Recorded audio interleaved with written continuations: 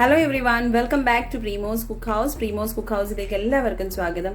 ഇന്ന് നമ്മൾ തയ്യാറാക്കാൻ പോകുന്നത് ചിക്കൻ കോർമയാണ്. നല്ല ടേസ്റ്റി ആയിട്ടുള്ള ഒരു ഗ്രേവിയാണ്. അപ്പോൾ എല്ലാവരും ഇതൊന്ന് ട്രൈ ചെയ്ത് നോക്കുക. നിങ്ങൾക്ക് തീർച്ചയായിട്ടും ഇഷ്ടപ്പെടും.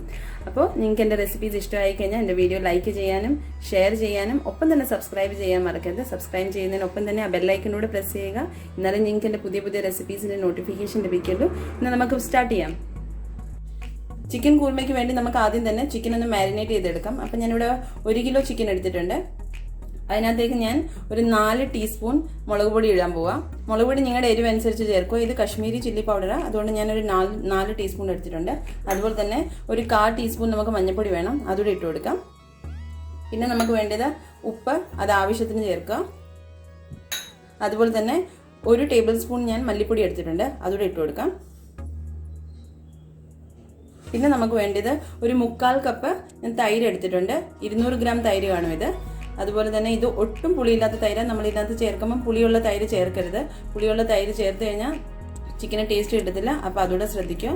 അപ്പോൾ ഈ തൈരോട് നമുക്ക് ഇതിനകത്തോട് ചേർത്ത് നല്ല പോണക്ക് മിക്സ് ചെയ്ത് കൊടുക്കാം. പിന്നെ നമുക്ക് 1 ടേബിൾ സ്പൂണോളം ഇഞ്ചി വെളുത്തുള്ളിയുടെ പേസ്റ്റ് കൂടെ വേണം. അതുകൂടെ ചേർത്തതിന് ശേഷം നമുക്കിത് മിക്സ് ചെയ്ത് കൊടുക്കാം. മിക്സ് ചെയ്തിട്ട് നിങ്ങൾക്ക് സമയമുള്ള പോലെ അരമണിക്കൂർ അല്ലെങ്കിൽ 1 മണിക്കൂർ വരെ മാരിനേറ്റ് ചെയ്ത് വെക്കണം. എന്നാലേ ഇറച്ചിക്ക് മസാലയൊക്കെ പിടിക്കത്തുള്ളൂ. നല്ലപോലെ മിക്സ് ചെയ്ത് കൊടുക്കാം. അങ്ങനെ ഞാൻ നല്ലപോലെ എല്ലാം മസാലയെല്ലാം മിക്സ് ചെയ്ത് വെച്ചിട്ടുണ്ട്. ഇനി നമുക്കിത് 1 മണിക്കൂർ വരെ മാരിനേറ്റ് ചെയ്യാൻ വെക്കാം. അതിനുശേഷം നമുക്ക് ബാക്കിയുള്ള കാര്യങ്ങൾ ചെയ്തെടുക്കാം. ചിക്കൻ മാരിനേറ്റ് ആവുന്നതിനും വരെ നമുക്ക് അതിനുള്ള മസാല തയ്യാറാക്കിയെടുക്കാം. അപ്പം ഞാൻ 4 മീഡിയം സൈസ് ഉള്ളി എടുത്തായിരുന്നു. അത് നമ്മൾ ബിരിയാണിയുടെ മണ്ടയ്ക്കൊക്കെ വറുത്തിടുന്ന പോലെ ജസ്റ്റ് ഫ്രൈ ചെയ്തെടുത്തിട്ടുണ്ട്. ഒത്തിരി അങ്ങ് ഡാർക്ക് ബ്രൗൺ ആവരുത്. നിങ്ങൾക്ക് കാണാം ലൈറ്റ് ഗോൾഡൻ കളർ ആകുമ്പോൾ തന്നെ എടുക്കണം. എന്നിട്ട് നമുക്ക് ഇതൊന്ന് ജസ്റ്റ് ഒന്ന് ക്രഷ് ചെയ്തെടുക്കാം. അപ്പം ഞാനൊരു മിക്സറിൻ്റെ ജാർ എടുത്തിട്ടുണ്ട്. നമുക്ക് അതിനകത്തേക്ക് ഇതിട്ട് കൊടുക്കാം. മിക്സറിൻ്റെ ജാറിനകത്തേക്ക് ഞാൻ ഉള്ളി ഇട്ട് കൊടുത്തിട്ടുണ്ട്. ഇനി നമുക്കിതൊന്ന് ക്രഷ് ചെയ്തെടുക്കാം.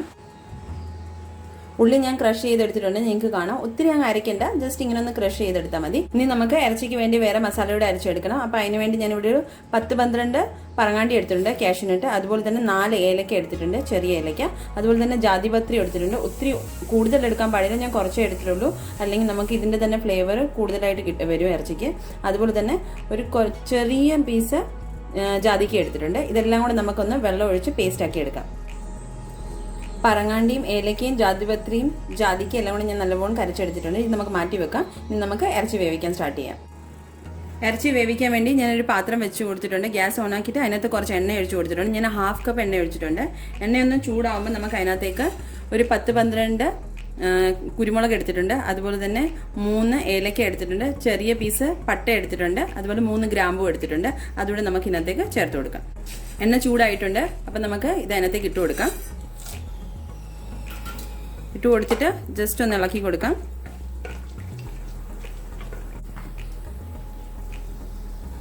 ഇനി നമുക്ക് അതിനകത്തേക്ക് നമ്മൾ മാരിനേറ്റ് ചെയ്ത് വെച്ച ചിക്കനോട് ഇട്ട് കൊടുക്കാം. ചിക്കൻ ഇട്ട് കൊടുത്തതിന് ശേഷം ഒരു 3-4 മിനിറ്റ് വരെ ഫുൾ ഫ്ലെയിമിലിട്ട് നമുക്കിതൊന്ന് വഴറ്റിയെടുക്കാം. അല്ലെങ്കിൽ എളുപ്പം ചിക്കൻ്റെ വെള്ളം എല്ലാം ഇറങ്ങും. അതുകൊണ്ട് നമുക്കൊരു 3-4 മിനിറ്റ് വരെ ഫുൾ ഫ്ലെയിമിലിട്ട് ജസ്റ്റ് ഇതൊന്ന് വഴറ്റി കൊടുക്കണം. 5 മിനിറ്റ് വരെ ഞാൻ ചിക്കൻ ഒന്ന് ഫുൾ ഫ്ലെയിമിൽ വഴറ്റി എടുത്തിട്ടുണ്ട്. ഇനി നമുക്ക് ലോ ഫ്ലെയിമിൽ വെച്ചിട്ട് ഒരു 15 മിനിറ്റ് വരെ വേവിച്ചെടുക്കാം.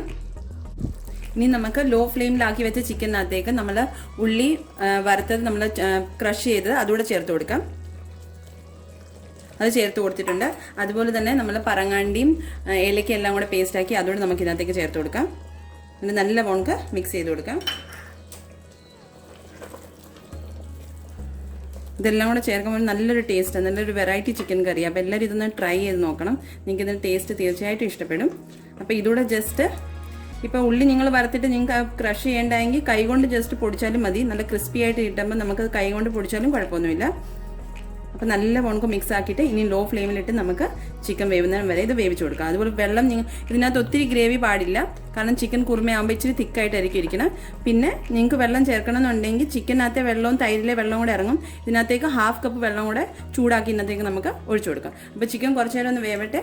അത് കഴിഞ്ഞ് നമുക്ക് നോക്കാം. വെള്ളം ആവശ്യമുണ്ടെങ്കിൽ നമുക്കപ്പം ചേർത്ത് കൊടുക്കാം. മസാല എല്ലാം ഇട്ടതിന് ശേഷം ഒരു 6-7 മിനിറ്റ് ഞാൻ നല്ല പോണക്ക് ചിക്കൻ ലോ ഫ്ലെയിമിലിട്ടൊന്ന് വേവിച്ചെടുത്തു. അപ്പം നമ്മുടെ ഗ്രേവി ഇച്ചിരി തിക്കായിട്ടുണ്ട്. കാരണം നമ്മൾ ഇറച്ചിക്കകത്തൊന്നും വെള്ളം വരുന്ന അനുസരിച്ച് നമുക്ക് ഒഴിച്ചാൽ മതി. കാരണം ഒത്തിരി വെള്ളമായിട്ട് വേണ്ടെന്ന് നമ്മൾ ആദ്യം തന്നെ പറഞ്ഞു. അപ്പോൾ കുറച്ച് തിക്കായിട്ടുണ്ട്. അപ്പം നമുക്ക് കുറച്ച് വെള്ളം ഒഴിച്ചു കൊടുക്കാം. അപ്പോൾ എല്ലാം മസാലയെല്ലാം അരച്ച് ആ ജാറിനകത്തേക്ക് തന്നെ ഞാൻ ചൂടുവെള്ളം ഒഴിച്ചു കൊടുത്തിട്ടുണ്ട്. അതുകൂടെ നമുക്ക് ഇതിനകത്തേക്ക് ചേർത്ത് കൊടുക്കാം. ഒരു 1/2 കപ്പ് വെള്ളമേ ഞാൻ ഒഴിച്ചിട്ടുള്ളൂ. ഒന്നുകൂടെ നമുക്ക് നല്ലവണ്ണം ഇളക്കി കൊടുത്തിട്ട് അടച്ചു വെച്ച് നമുക്ക് ഇറച്ചി വേവുന്നിടം വരെ നമുക്കിത് വേവിച്ചെടുക്കാം. അപ്പം ഞാനിതൊന്ന് അടച്ചു വെക്കട്ടെ. അതുപോലെ നിങ്ങൾ ഉപ്പെല്ലാം പാകത്തിനാണെന്നൊന്ന് ചെക്ക് ചെയ്യുക. ഇനി നമുക്കിത് അടച്ചു വെച്ച് വേവിക്കാം.